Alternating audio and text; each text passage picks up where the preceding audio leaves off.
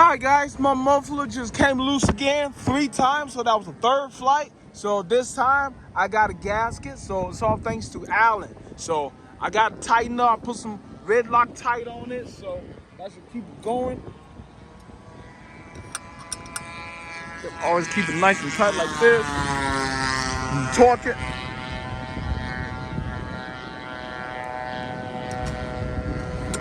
Make sure it's secure. All right, there we go. Nice and tight. Now the muffler ain't gonna ever come loose again. So I got a gasket on this, so there we go. For the EME60 all to start. EME60 all to start. EME60 all to start. EME60 all to start. EME60 all to start. EME60 all to start. EME60 all to start. EME60 all to start. Go Legend Hobby!